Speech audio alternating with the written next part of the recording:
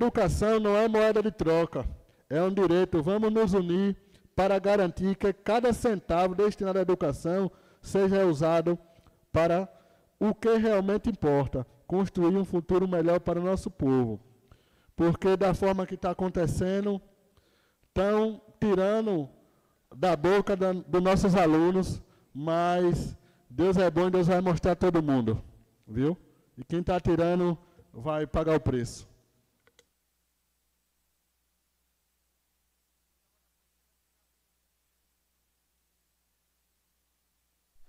Convido o excelentíssimo senhor vereador Hamilton do Cedro a fazer uso da palavra por um tempo máximo de até 10 minutos.